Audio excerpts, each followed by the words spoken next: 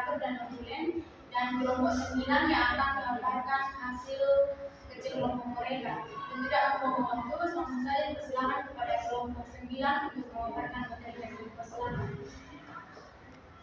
Ya, baik, terima kasih atas kesempatan yang diberikan kepada kami. Kami akan mempresentasikan hasil diskusi kami mengenai analisis SWOT. Langsung saja, pengertian analisis SWOT. Ya, konsep baru yang diperkenalkan dalam manajemen sekolah adalah analisis SWOT, yaitu suatu analisa keadaan yang melihat 4 sudut pandang, yaitu strength atau kekuatan, kemudian yang menganalisis keunggulan atau kekuatan sumber daya dasar yang ada, kemudian yang kedua yaitu weakness atau kelemahan, yang menganalisis keterbatasan sumber daya yang ada dan menghambat tercapainya tujuan pendidikan. Yang ketiga yaitu opportunity atau peluang, menganalisis situasi-situasi utama yang menguntungkan bagi organisasi atau lembaga pendidikan, dan yang terakhir yaitu threat atau tantangan, menganalisis situasi-situasi utama yang menguntungkan bagi situasi pendidikan. Kemudian yang kedua yaitu tujuan analisis SWOT. Ya, analisis SWOT akan memberikan informasi kepada para pengambil kebijakan tentang apa yang dapat menjadi dasar dan pertimbangan dalam mengambil keputusan secara efektif, sehingga sekolah itu dapat memungkinkan mencapai tujuannya. Ya, analisis SWOT juga dapat mengidentifikasi dan mengetahui apa yang sebenarnya terjadi di dalam lembaga pendidikan itu sendiri, sehingga para pengambil kebijakan dapat mengambil rencana strategi dan kebijakan yang tepat untuk perbaikan atau peningkatan.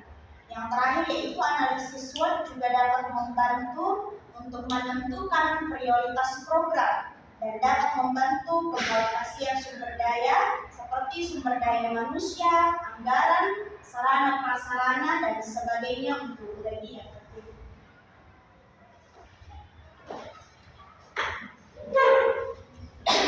Yang kedua, pendekatan analisis SWOT. Ada 2 pendekatan, yaitu yang pertama pendekatan kualitatif dan pendekatan kuantitatif. Pendekatan kualitatif artinya melakukan analisis secara mendalam terhadap faktor-faktor internal dan eksternal dengan menggunakan berbagai metode kualitatif. Data yang digunakan dalam melakukan analisis SWOT dengan pendekatan kualitatif adalah data yang dideskripsikan berupa kata-kata dan bukan berupa angka. Metode yang digunakan seperti wawancara mendalam, dokumentasi, dan observasi. Pendekatan kuantitatif yaitu pendekatan ini berarti melakukan analisis, mengenal faktor-faktor internal dan eksternal lembaga dengan menggunakan berbagai metode kualitatif, dan yang digunakan berupa angka-angka statistik, teknik pengumpulan data dengan menggunakan angket.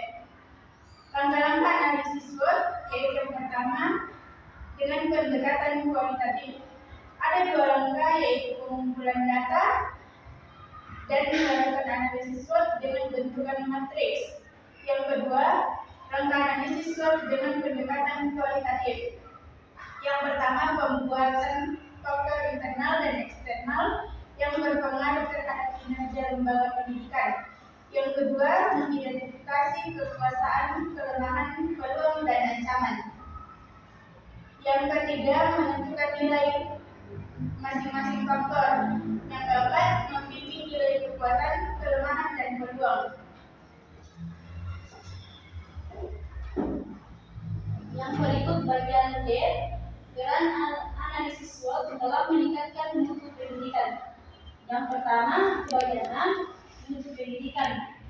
Dalam Kamus Besar Bahasa Indonesia atau KBBI, mutu berarti taraf atau ukuran baik buruknya suatu hal atau barang yang menentukan nilai atau angkanya. Sedangkan pengertian pendidikan tidak tercantum dalam Undang-Undang tentang Sistem Pendidikan Nasional Nomor 20 Tahun 2003, terdapat dalam bab 1 pasal 1 ayat 1 yang mengatakan bahwa Pendidikan adalah usaha sadar dan berencana untuk mewujudkan suasana belajar dan proses pembelajaran agar peserta didik secara aktif mengembangkan potensi dirinya untuk memiliki kekuatan spiritual, dan kecerdasan. Terus bagian B, upaya peningkatan mutu pendidikan. Telah banyak upaya yang dilakukan dalam pemerintah untuk meningkatkan mutu pendidikan nasional. Di antaranya dengan berlakunya undang-undang otonomi daerah dan pergantian sistem dari yang bersifat sentralisasi menjadi desentralisasi. Kemudian standar kompetensi yang mungkin akan berbeda antar sekolah atau antar daerah akan menghasilkan standar kompetensi nasional dalam tingkatan standar minimal, normal, dan unggulan.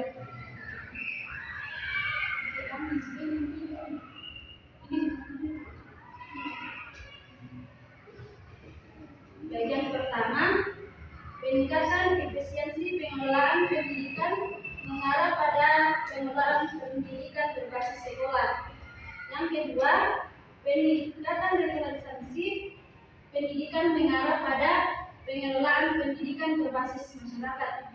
Terus yang ketiga, pemerataan pelayanan pendidikan mengarah pada pendidikan yang berkeadilan.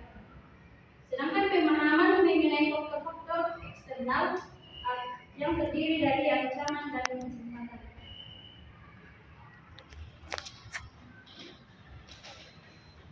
Yang pertama, beberapa contoh lingkungan internal lembaga pendidikan. Yang pertama, tentang tenaga kependidikan dan staf administrasi. Yang kedua, ruang kelas, laboratorium, dan fasilitas sarana pemasaran atau lingkungan belajar. Yang ketiga, siswa yang ada. Yang keempat, anggaran operasional. Yang kelima, program riset dan pengembangan dalam sekolah.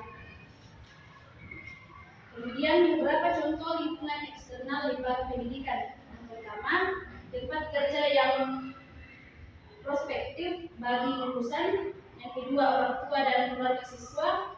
Yang ketiga, lembaga pendidikan bersaing lainnya. Yang keempat, sekolah atau lembaga tinggi sebagai persiapan lanjutan. Yang kelima, demografi, sosial, dan ekonomi penduduk. Dan yang keenam, badan-badan penyandang daring.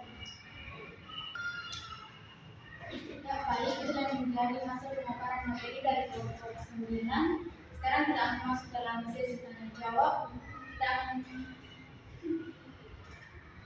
Kita akan membuka sesi tanya jawab 2 sesi. Yang pertama kita akan mempersilakan teman-teman 3 orang untuk bertanya di sesi yang pertama. Silakan teman-teman yang bertanya. Baik, terima kasih. Perkenalkan, nama saya Dewi Muslimah. Yang ingin saya tanyakan, siapakah yang melaksanakan analisis SWOT dan untuk siapa analisis SWOT ditujukan?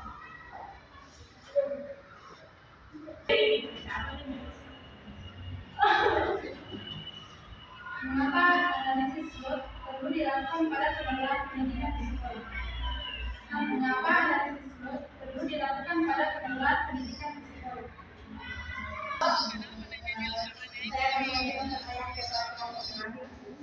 Pertanyaannya itu, apakah dalam menerapkan analisis SWOT terdapat kendala? Kalau ada kendala,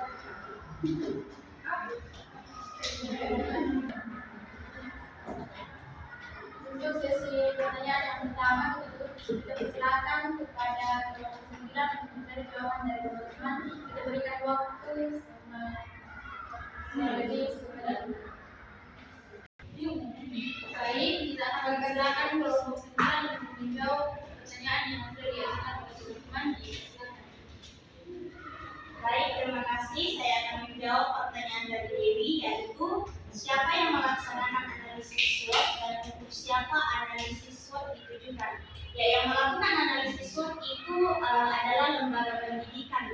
Dan untuk siapa analisis itu dilakukan? Ya, tentunya untuk lembaga pendidikan, yaitu sekolah atau madrasah. Nah,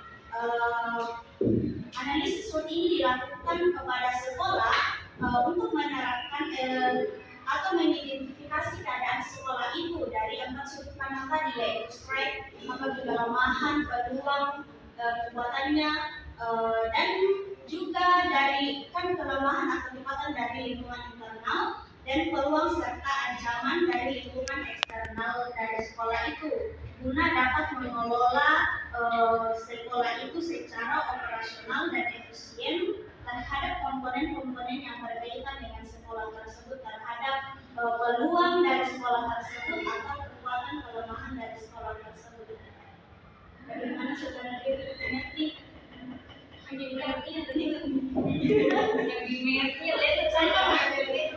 Pertanyaan dari saudari Beatrix, pertanyaannya, mengapa analisis SWOT perlu dilakukan dalam pengelolaan sekolah? Analisis SWOT perlu dilakukan dalam pengelolaan sekolah karena dapat mengidentifikasi dan mengetahui apa yang sebenarnya terjadi dalam lembaga pendidikan itu sendiri, sehingga para pengambil kebijakan dapat mengambil rencana strategi dan kebijakan yang tepat untuk perbaikan atau peningkatan.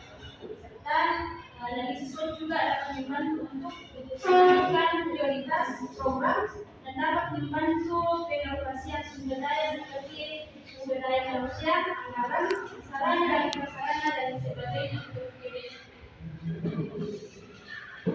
Bagaimana kalau sudah dipahami? Mungkin ada teman-teman yang menanggapi. Tidak akan. Saya akan menjawab pertanyaan dari Rasul. Apakah dalam menerapkan analisis SWOT ada kendala? Ada. Kendalanya berupa rendahnya SDM yang dimiliki, produk yang tidak berkualitas, image yang tidak kuat, kepemimpinan yang buruk, dan meningkatnya bersaing serta menurunnya mahasiswa baru.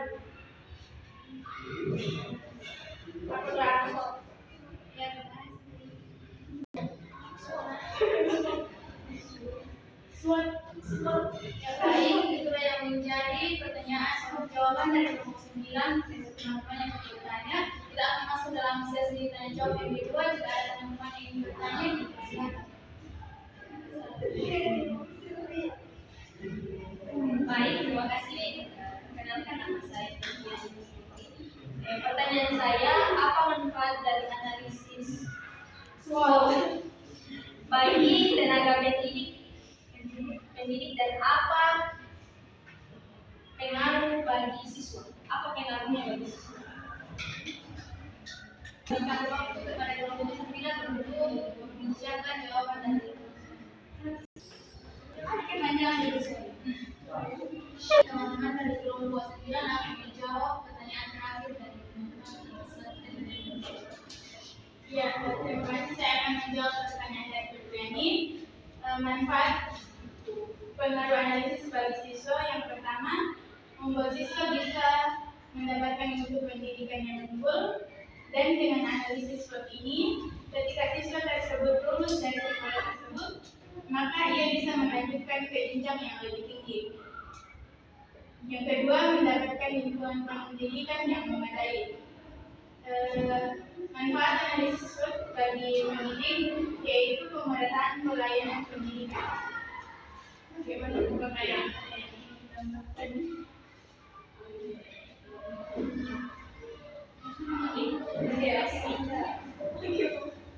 Baik, sampai di sinilah hasil presentasi dari kelompok 9.